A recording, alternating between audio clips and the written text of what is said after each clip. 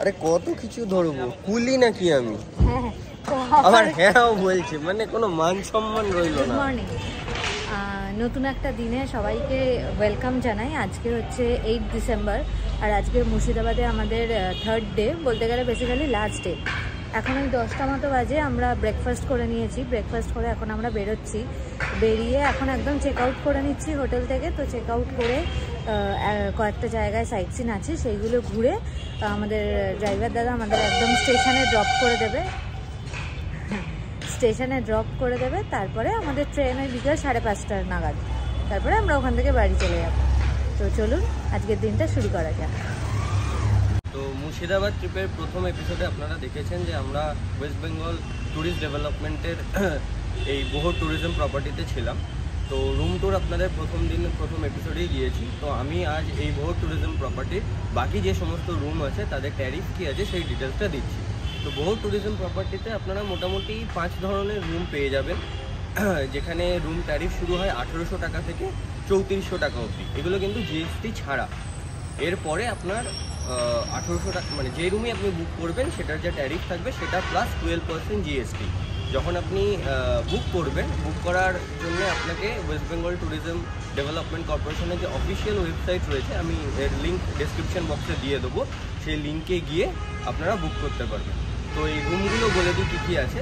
তো 1800 টাকা দিয়ে যে রুম শুরু হয় সেটা হচ্ছে এসি স্ট্যান্ডার্ড রুম, যেটা গ্রাউন্ড ফ্লোরে রয়েছে। তারপরে যেটা এসি ডিলাক্স রুম সেটা রয়েছে গ্রাউন্ড ফ্লোরে, সেটা হচ্ছে 2000 টাকা তার রেন্ট। আর 2400 টাকায় ফার্স্ট ফ্লোরে রয়েছে এসি ইকোনমি, আর ডিলাক্স যেটা রয়েছে ফার্স্ট ফ্লোরে সেটা হচ্ছে 2600 টাকা। আমরা এই ফার্স্ট ফ্লোরের এসি ডিলাক্স রুমে ছিলাম। এছাড়াও এখানে রয়েছে সুইট রুমের ভাড়া আপনার পড়ে যাবে হচ্ছে 3400 টাকা প্লাস জিএসটি। আমি ডেসক্রিপশন বক্সে সমস্ত লিঙ্ক, রুম ডিটেলস দিয়ে দেবো। ইভেন এখানে যে ট্যুরিস্ট ডেভেলপমেন্টের যে অফিসিয়াল যে phone number Bohr tourism property, সেই ফোন নাম্বারও আপনি দিয়ে দেবো যাতে আপনাদের কোনো কোয়ারি থাকলে সেই ফোন নাম্বারে ফোন করে আপনারা রিজলভ করতে পারেন। রুমের ডিটেলস তো আপনারা জেনেই গেলেন, কোথা দিয়ে কিভাবে কি বুক করতে হয়। এখানে আরেকটা কথা জানাই, এই যে আমরা 3 দিন ধরে এখানে ছিলাম, রুম নিয়ে জাস্ট কোনো কথা হবে না। রুমগুলো যথেষ্ট স্পেসিয়াস, মানে লাগেজ রেখে হাঁটাচলা করে ঘুরে বেড়ানোর জন্য রুমগুলো যথেষ্ট স্পেসিয়াস। তবে আমাদের দুজনেরই এটা মনে হয়েছে যে ওরা রুমের যে ভাড়াটা নিচ্ছে সেই অনুযায়ী কিন্তু রুমগুলোর একটু মেনটেনেন্সের অভাব রয়েছে। মানে ওয়াশরুম বলুন, ওয়াশরুমটা বড্ড ছোট, মানে কি বলবো, আপনারা এলে বুঝতে পারবেন ওয়াশরুমটা একটু বেশি ছোট। আর এমনিও প্রপার্টির চারিপাশটাও একটু মেনটেনেন্সের অভাব আছে। তো আমাদের মনে হয় যে এটা যদি আরেকটু বেশি মেনটেন করে রাখতো, আরেকটু সাজিয়ে গুছিয়ে রাখতো, তাহলে সেটা আরেকটু বেশি আই সুদিং হতো। মানে এখানে প্রচুর জায়গা চারিপাশে, তো পুরো জায়গাটায় আরেকটু সাজিয়ে গুছিয়ে সুন্দর করে রাখলে, ইনফ্যাক্ট রুমগুলোরও আরেকটু বেশি মেনটেন করে রাখলে হয়তো এটাতে আরও অনেক বেশি, মানে কি বলবো, ভালো লাগতো। এই আর কি।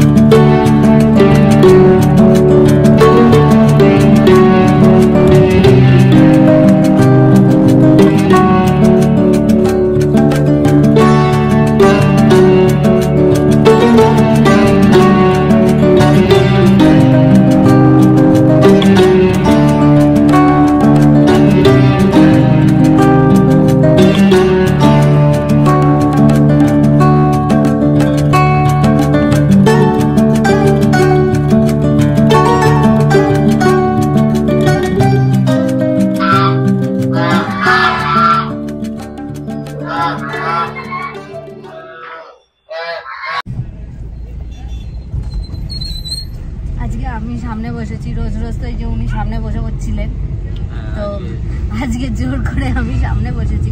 যদি আমি সামনে বসাটা একটু অ্যাভয়েড করি, খুব রোদ্দুর আসে চারিপাশ দিয়ে, ওই জন্য ঠিক বসতে চাই না। স্টিল আজকে সাহস করে একটু সামনে বসেছি। তোর কিছু বক্তব্য আছে? উঁকি মারছিস কেন? আমার কোনো বক্তব্যই নেই। তাহলে ছুটি তো শেষ? হ্যাঁ, ছুটি শেষ। আবার কাল থেকে আমাদের যার অফিসে নিয়ে বসতে হবে, আমাদের যা ডেইলি লাইফ, সেই লাইফে আবার ফিরতে হবে। এখানে থেকে যাবি? না, মানে এখানে থেকে যাওয়ার মতো সেরকম লাগছে না যেখানে থেকে যাব। সরি, একটু বাম্পার ছিল। তো থেকে যেতে ইচ্ছা করে যখন পাহাড়ে যাই, তাই না? হ্যাঁ, এটা অবশ্যই ঐতিহাসিক জায়গা, মানে অনেক কিছু রয়েছে নিদর্শন দেখার মতো, অনেক হিস্টোরিক্যালি প্রচন্ড এনরিচ জায়গাটা, কিন্তু থেকে যাওয়ার মতো। হ্যাঁ, মানে আশেপাশটা কিন্তু পুরো কলকাতার মতোই, মানে সবকিছু রয়েছে, সমস্ত দোকানপাট, বাজার হাট, কোনো কিছুরই অভাবও নেই, প্রচুর লোকজন, গাড়ি ঘোড়া, চারিপাশে পুরোটাই কলকাতারই মতো।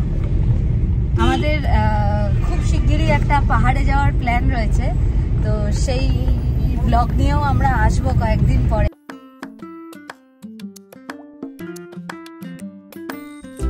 আমাদের হোটেল থেকে পলাশির দূরত্ব ছিল 47 কিলোমিটার, আর NH-34 দিয়ে আমাদের পৌঁছাতে সময় লেগেছিল প্রায় 1.25 ঘন্টা।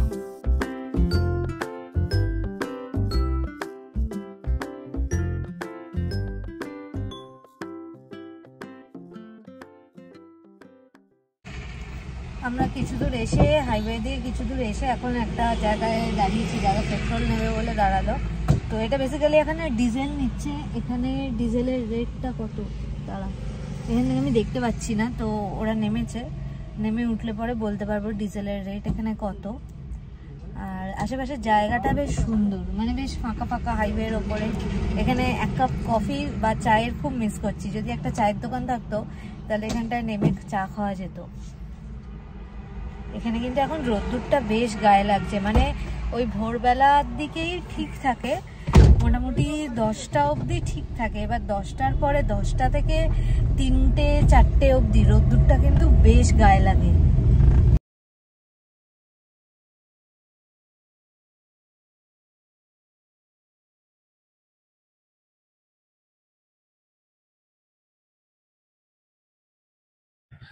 কিছু কিছু জায়গায় গেলে পরে নিজের থেকেই এত একটা রোমাঞ্চকর ফিল হয়, সেটা আর মানে ঠিক মুখে প্রকাশ করা যায় না।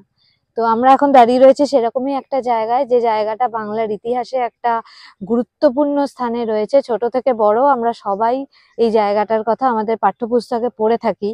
তো আজকে সেই জায়গাটার সামনে দাঁড়িয়ে একটা আলাদাই ফিল হচ্ছে। তোর কেমন লাগছে বল? আমার তো মানে আমার সত্যি গায়ে লোমগুলো খাড়া হয়ে গেছে। মানে এখানে কি বলে, বাংলার ইতিহাস। আমরা এখন দাঁড়িয়ে রয়েছি হচ্ছে পলাশির যেখানে যুদ্ধটা হয়েছিল ঠিক সেই জায়গাটাতেই। এটা হচ্ছে বেসিক্যালি পলাশি ওয়ার মেমোরিয়াল, আর এখান থেকে একটু এগিয়ে গিয়ে একটা মাঠ আছে যেখানে মেন যুদ্ধটা সেখানেই হয়েছিল।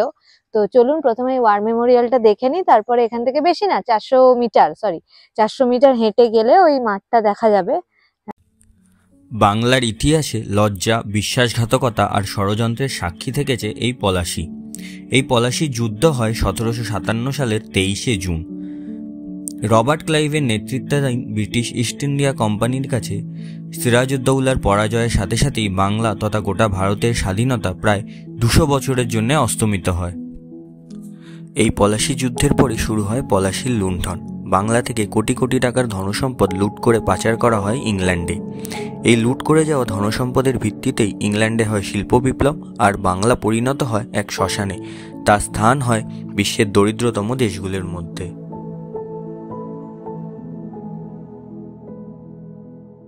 পলাশি ওয়ার মেমোরিয়াল দেখে ওই পাশে রাস্তাটা দিয়েই আমরা বেরোলাম, হাঁটতে হাঁটতে যাচ্ছি 400, এখান থেকে 400 মিটার দূরে, যেখানে আর কি পলাশির যুদ্ধটা হয়েছিল সেই আমবাগানে।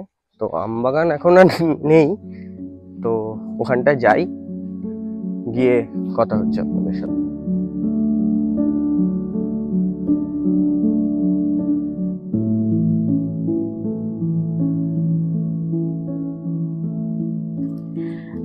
এই যে হাই টেনশন ইলেকট্রিসিটি তারগুলো আপনারা দেখতে পাচ্ছেন, এই পোল থেকে ওই পোল অব্দি টানা হয়েছে। আর যে রাস্তাটা আমরা প্রথমে রাস্তা ভুল করে অন্য একটা রাস্তা দিয়ে চলে গেছিলাম, তো ওই রাস্তাটা দিয়ে যখন যাচ্ছিলাম তারগুলো এত নিচ দিয়ে যাচ্ছে, মানে আমরা ছাতা খুলে যখন যাচ্ছিলাম ছাতায় অদ্ভুত একটা আওয়াজ হচ্ছিল। প্রথমে তো ভেবেছিলাম বোধহয় কোনো পোকামাকড় হয়তো ছাতায় লেগে আছে, তো আমরা সেই মতো পোকামাকড় খুঁজছিলাম। তো এখানে একজন স্থানীয় মানুষ ছিলেন, বয়স্ক মানুষ, উনি আমাদের দেখে বললেন যে আপনারা এর সঙ্গে সঙ্গে ছাতা বন্ধ করুন, কারণ ওই হাই টেনশন তারগুলোর সাথে ছাতার একটা কন্ট্যাক্ট হয়ে ওখানে মানে কি বলবো ওখানে হ্যাঁ ইলেকট্রিসিটি টানছে, তো ওখানে যদি আমরা ছাতা খুলে আর কিছুক্ষণ দাঁড়াতাম বা ওর তলা দিয়ে যেতাম তাহলে হয়তো একটা শক খাওয়ারও ব্যাপার ছিল।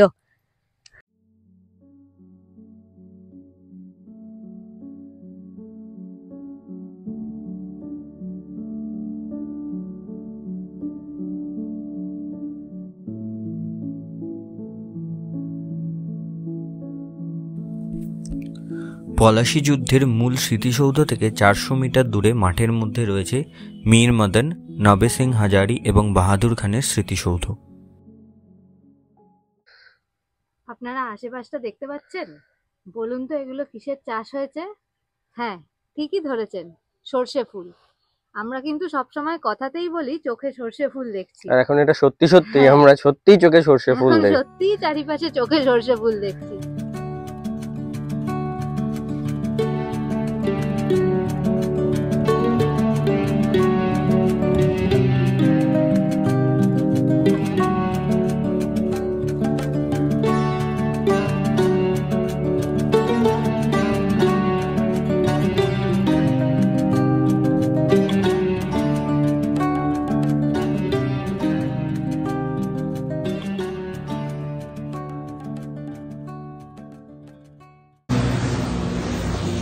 আমরা এখন পলাশী থেকে ফিরছি, পলাশী থেকে বেরিয়ে এসেছি মোটামুটি ওই 1 কিলোমিটার মতন এসে একটা হাইওয়ের ওপরে একটা চায়ের দোকান আছে, সেখানে একটু দাঁড়ালাম। প্রচণ্ড গরম, তো ওই জন্য একটু দাঁড়ালাম। আর পলাশী দেখে আমাদের যেটা একটা আমার মনে হয়েছে যে পলাশীর যুদ্ধ বাংলার ইতিহাসে একটা অন্যতম কি বলবো গুরুত্বপূর্ণ একটা ইতিহাস, গুরুত্বপূর্ণ ঘটনা বাংলার ইতিহাসে। তো সেই অনুযায়ী সেই জায়গাটাতে শুধু একটা মনুমেন্ট বানিয়ে মানে মনুমেন্টই আছে, সেখানে আর কিন্তু কোনো কিছুই নেই। মানে আমার মনে হয়েছিল যেন ওই জায়গাটাতে যদি আরেকটু কিছু করা যেত বা যুদ্ধের যে ইতিহাসটা সেটা যদি সামাও আরেকটু ওরা যুদ্ধের ইতিহাসটা যদি আরেকটু কোনোভাবে ওরা সেখানে ডিসপ্লে করতো, কিছুই না, ছোট্ট একটা মিউজিয়াম মতো বানিয়ে সেখানে ওই ইতিহাসটা পোর্ট্রে করতো। সেই যুদ্ধে কারা কারা ছিলেন, কারা কারা প্রাণ হারিয়েছিলেন, বা যুদ্ধটা এক্স্যাক্টলি কেন হয়েছিল, কাদের মধ্যে হয়েছিল, এই সব কিছু নিয়ে একটা ছোট্ট মিউজিয়াম আর তার সাথে একটা সুভেনিয়ার শপও যদি অন্তত করে দেওয়া যেত, তাহলে মনে হয় ওই জায়গাটা দর্শকদের কাছে বা আমাদের মতন ট্যুরিস্টদের কাছে আরও অনেক বেশি জনপ্রিয় হতো, আরও অনেক বেশি সেটা আকর্ষণীয় হতো। অ্যান্ড সেটাই করা আমার মনে হয় করলে পরে হয়তো ভালো হতো। কোনো রকম কোনো দিয়ে বলছি না, বাট আমার মনে হয় যে ওইটা যদি আরেকটু অন্যরকম কিছু করা যেত তাহলে সেটা আরও অনেক বেশি আকর্ষণীয় হতো। কথিত আছে বহরমপুর গোড়াবাজারের কাছে অবস্থিত এই কৃষ্ণনাথ কলেজ অনেকটা লন্ডনের অক্সফোর্ড বিশ্ববিদ্যালয়ের আদলে তৈরি। 1853 সালে মহারানী স্বর্ণময়ী দেবী এই কলেজের প্রতিষ্ঠা করেন তার স্বামী কাশিমবাজারের মহারাজা কৃষ্ণনাথ রায়ের স্মৃতিতে। কৃষ্ণনাথ রায় অল্প বয়সে বিশাল ধনসম্পত্তি লাভ করেছিলেন। তার ইচ্ছা ছিল একটি শিক্ষা প্রতিষ্ঠান গড়ার। 23 বছর বয়সে তিনি মারা গেলে স্বর্ণময়ী দেবী এই কলেজ নির্মাণে অনেক জমি ও অর্থ দান করেন। এখন আমরা যাচ্ছি ব্রিটিশ আমলের তৈরি বহরমপুর সেন্ট্রাল জেলের সামনে দিয়ে। 1914 সালে এখানেই কবি কাজী নজরুল ইসলামকে বন্দী করে রাখা হয়। নেতাজি সুভাষচন্দ্র বোসও 1924 সালে এখানেই বন্দী ছিলেন। তবে এখন এই জেল আর নেই, এটিকে পরবর্তীকালে মেন্টাল হসপিটালে রূপান্তরিত করা হয়।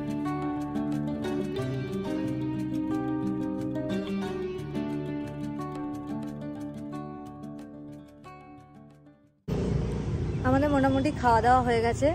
ওই কসিমবাজার ঢোকার আগে 16 আনা বাঙালিয়ানা ছিল একটা। প্রথমে ডিসাইডেড ছিল অন্য একটা রেস্টুরেন্টে খাবো, কিন্তু ঢোকার মুখে ওইটা দেখতে পেয়ে গেছিলাম, তো ওটাতে আমরা দুজনে খেলাম। তো ইচ্ছা হয়েছিল বিরিয়ানি ট্রাই করার, বিরিয়ানি নিয়েছিলাম, কিন্তু সেটা আদতে টেস্ট ওয়াইজ আর বিরিয়ানি ছিল না, খেয়ে মনে হচ্ছিল যেন চিকেন পোলাও খাচ্ছি। কিন্তু যাই হোক, যেটাই ছিল টেস্ট ভালো ছিল, কিন্তু বিরিয়ানি ছিল না। তো খাওয়া দাওয়ার পরে আমরা এখন এসেছি এটা কি দেখতে, ডাচ সিমেট্রি দেখতে। এটা দেখে এরপরে আমরা যাব কসিমবাজার রাজবাড়ি।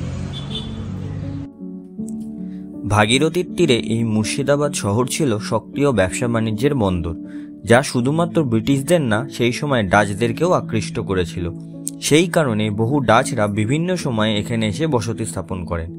এই যে সমাধিটি রয়েছে সেখানে প্রায় 47টি সমাধি রয়েছে, যার মধ্যে সবচেয়ে পুরনো হলো ড্যানিয়েল ভ্যান ডার মুয়েলের সমাধি, যিনি 1721 সালে মারা যান।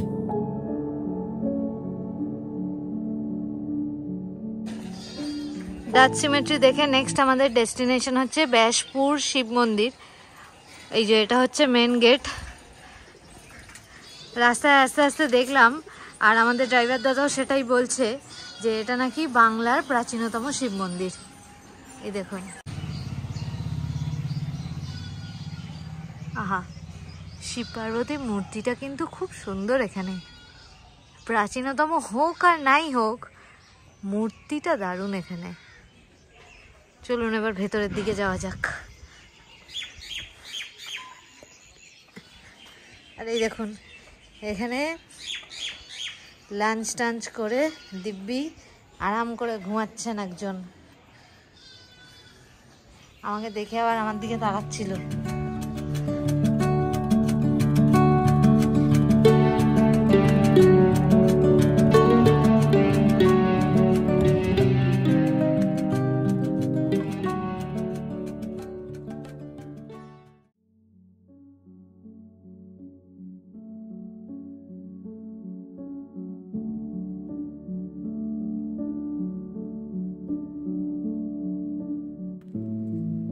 ব্যাসপুর শিব মন্দির দেখে নিয়ে আমাদের পরবর্তী গন্তব্য ছিল কাশেমবাজার ছোট রাজবাড়ি। আর এখানকার এন্ট্রি ফি হচ্ছে মাথা পিছু 30 টাকা।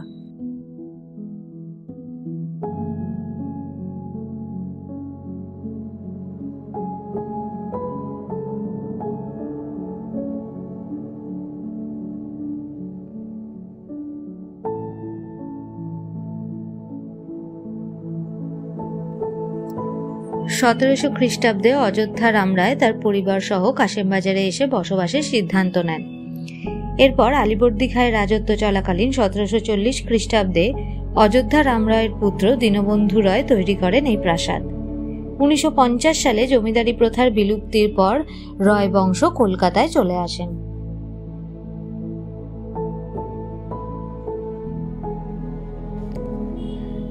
আপনারা সামনে এখন যে গাছটি দেখছেন, আমাদের গাইড দাদার থেকে জানতে পেরেছিলাম এই গাছটির নাম নাগেশ্বর গাছ।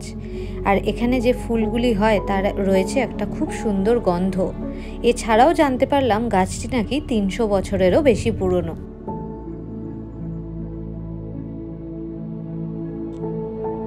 রাজবাড়ির ভেতরে রয়েছে একটি মিউজিয়াম, আর সেই মিউজিয়ামে আপনারা ঘুরে দেখে নিতে পারবেন দরবার কক্ষ, বেলজিয়াম কাঁচের ঝাড়বাতিতে সজ্জিত ব্যালকনি, ভিক্টোরিয়ান স্টাইলের আসবাবপত্র, বল রুম, রাধা গোবিন্দ মন্দির, দুর্গা দালান এবং আরও অনেক কিছু।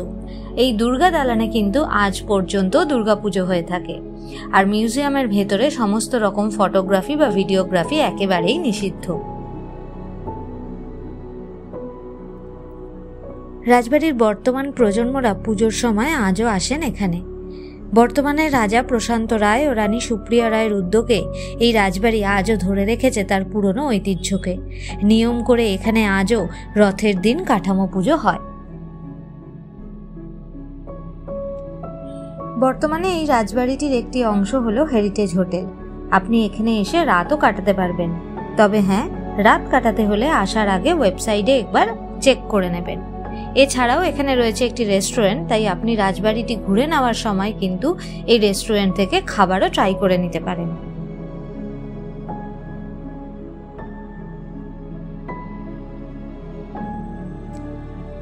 সম্পূর্ণ রাজবাড়িটি ঘুরে দেখার জন্য আমরা একজন গাইডের সাহায্য নিয়েছিলাম, আর পুরো জায়গাটা ঘুরে দেখতে আমাদের সময় লেগেছিল 45 মিনিটসের মতন। আমরা এখন এসেছি নেক্সট ডেস্টিনেশন, সেটা হচ্ছে একটা ইংলিশ সিমেট্রি। তো এটা আসার সময় বাইরের বোর্ডটা পড়ে যা দেখলাম, 1735 থেকে 1800 সালের মধ্যে এখানে অনেক ব্রিটিশদের কবর এইখানে দেয়া রয়েছে। তো এখানে সবথেকে যেটা উল্লেখযোগ্য যে কবরটা, সেটা দেখাচ্ছি আপনাদেরকে। কবর কি পড়লি তুই এতক্ষণ ধরে? এটা এখানে এই যে কবরটা আপনারা দেখছেন, এটা হচ্ছে মিসেস হেস্টিংসের কবর। তো এই কবরের ওপরে যে শিলালিপি রয়েছে সেইটা অনুযায়ী যখন মিসেস হেস্টিংস মারা যান এবং তার কন্যা মিসেস হেস্টিংস এবং তার স্বামী ওয়ারেন হেস্টিংসের কন্যা, যে মাত্র 2 বছর বয়সে মারা যায়, তাদের কবর রয়েছে এইখানে।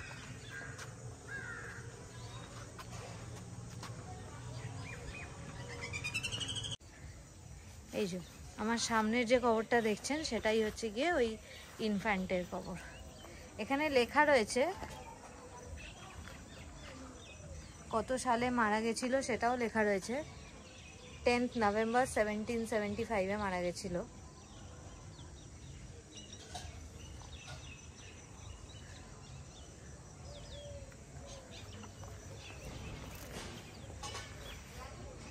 কিরে, এই যে এত ইংরেজ সিমেট্রির মধ্যে ঘুরে বেড়াচ্ছিস, কেমন লাগছে? না কেমন লাগছে থেকেও বড় কথা, আমি যেটা ভাবছি যে চারিদিকে এত যে সিমেট্রি রয়েছে, হঠাৎ করে যদি কোনো ইংরেজ সাহেব চলে আসে তখন কি হবে? হ্যাঁ, কি আর হবে, বসে দুটো গল্প করব, জিজ্ঞাসা করবো এক কাপ চা। চা তো ওনারা খেতেন না বোধহয়, তখনকার দিনে ইংরেজরা তো কফিটাকেই বেশি প্রেফার করতেন আমার মতন। তো হ্যাঁ, তো আমিও কফি ভালোবাসি, ওনারাও কফি ভালোবাসেন, দুজনে এক কাপ করে কফি নিয়ে বসে একটু আলাপচারিতা করবো। খুঁজে দেখ তাহলে, থেকে দেখ কেউ বেরোচ্ছে নাকি তোর সাথে। দিনের আলোয় ভূত বেরোবে বলে তো আমি শুনিনি। ভূত মাত্রই তো সেটার কনসেপ্টে রয়েছে যে সেটা রাত্রিবেলা দেখা যায়। তাহলে রাতে এক সময় আসতে হবে বলছি সেখানে? ডেফিনেটলি একবার রাতে আসতেই হয়। এরপরে এখন আমরা এসে পৌঁছালাম হচ্ছে সতীদাহ ঘাটে। মোস্ট প্রবাবলি এটা আজকের মতন আমাদের লাস্ট সাইট সিন, এরপরে আর কিছু নেই। এটা দেখার পরে রতনদা আমাদেরকে মুর্শিদাবাদ স্টেশনে, মুর্শিদাবাদ বা বহরমপুর যেখানেই নিয়ারেস্ট হবে এখান থেকে, সেখানে ছেড়ে দেবে, আর তারপরে এখান থেকে আমাদের ট্রেন। তো চলুন এরপরে এখানে ঢোকা যাক। কিন্তু এর ভেতরে আমি যেরকম ইনফরমেশন পেলাম রিমোট থেকে, যে ভেতরে কিন্তু প্রচুর হনুমান রয়েছে, আর আমার তো হনুমান নিয়ে খুব ব্যাড একটা এক্সপিরিয়েন্স অলরেডি আছেই, তাই আমি ওদের থেকে বেশ কিছুটা ভয় পাই। যাই হোক, দেখা যাক ভেতরে কতটা কি করতে পারি। টিকিট আছে নাকি?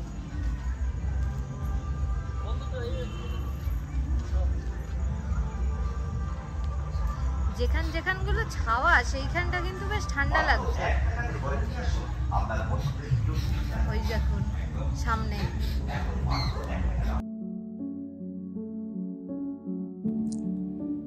আজ থেকে বহু বছর আগে কাশেম বাজারে গঙ্গার তীরে এই ঘাটেই চলত সতীদাহ প্রথা। হিন্দু বিধবাদের জ্যান্ত চিতায় তুলে সহ মরণ দেওয়া হতো তার মৃত স্বামীর সাথে। 1803 সালে রাজা রামমোহন রায় যখন ইস্ট ইন্ডিয়া কোম্পানির চাকরি নিয়ে কাশেমবাজার আসেন, তখন এই সতীদাহ প্রথার অমানবিক দৃশ্য দেখে তিনি এর বিরুদ্ধে আন্দোলন শুরু করেন। অবশেষে 1829 সালে কলকাতার গভর্নর লর্ড বেন্টিং এই বর্বরচিত প্রথাকে অপরাধ বলে ঘোষণা করেন।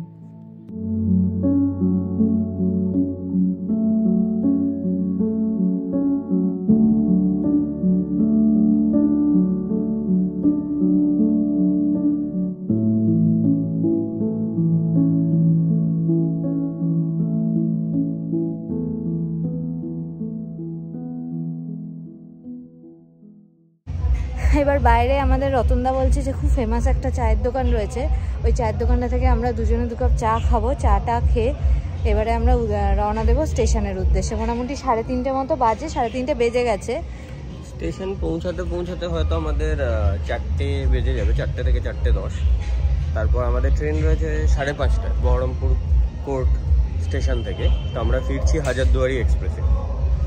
একটু আগেই স্টেশনে পৌঁছে যাব, কিন্তু এখানেও তো আর কিছু করার নেই। তো স্টেশনে গিয়ে একটু বসবো, একটু এপাশ ওপাশ করবো, একটু কিছু খাবো, দেখি যদি কিছু খাদ্য খাবার পাওয়া যায়, তো তারপরে আমরা বাড়ি চলে যাব। আমরা এই মুর্শিদাবাদে 3 দিন রয়েছি, যতগুলো জায়গায় চা খেয়েছি এটা তার মধ্যে বেস্ট। দাদা তোমার নাম কি? সুবোধ সরকার। আর তোমার দোকানের নাম? স্টল। তো আপনারা যখন মুর্শিদাবাদ আসবেন, এই সতীদাহ ঘাটের ঠিক উল্টো দিকে এই সুবোধদার এসএস টি স্টল থেকে 1 কাপ চা কিন্তু অবশ্যই খাবেন। এটা আমাদের ভাষায় 100% রেকমেন্ডেড। আর রতনদা তোমার কেমন লাগলো চা খেয়ে? ভালো। আর এই হচ্ছে রতনদা, আমাদের মুর্শিদাবাদের ট্রিপের সারথি। মানে 3 দিন ধরে রতনদা আমাদের যতগুলো জায়গা ছিল সমস্ত জায়গা খুব ভালো করে ঘুরিয়েছে। আর এই যে সেই এসএস টি স্টল, আর এই যে হ্যালো, এই যে হচ্ছে সুবোধদা।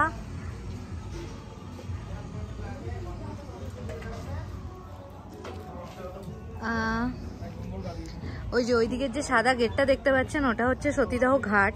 আর সতীদাহ ঘাট থেকে বেরিয়ে এসে ঠিক তার উল্টো দিকেই হচ্ছে আমাদের সুবোধদার চায়ের দোকান।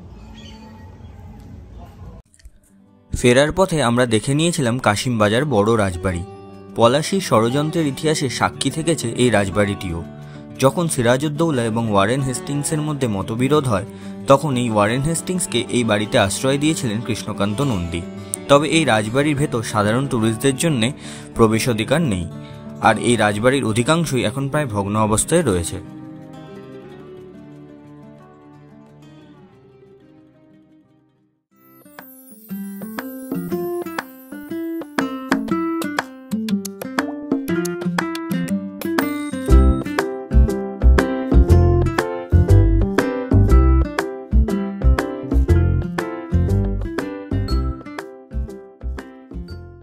নমস্কার, আমি তিতির্ষা, আমি রিতম, আর আপনারা দেখছেন আমাদের চ্যানেল তিতির্ষাস লাইফস্টাইল।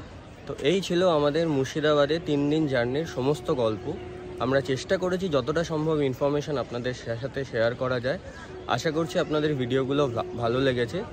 আর যদি ভালো লেগে থাকে তাহলে প্লিজ একটু লাইক, শেয়ার অ্যান্ড সাবস্ক্রাইব করে দেবেন। খুব শীঘ্রই ফিরছি আবার নতুন একটা জায়গার নতুন ব্লগ নিয়ে। টিল দেন সবাই ভালো থাকবেন, সুস্থ থাকবেন আর আনন্দে থাকবেন। Bye bye.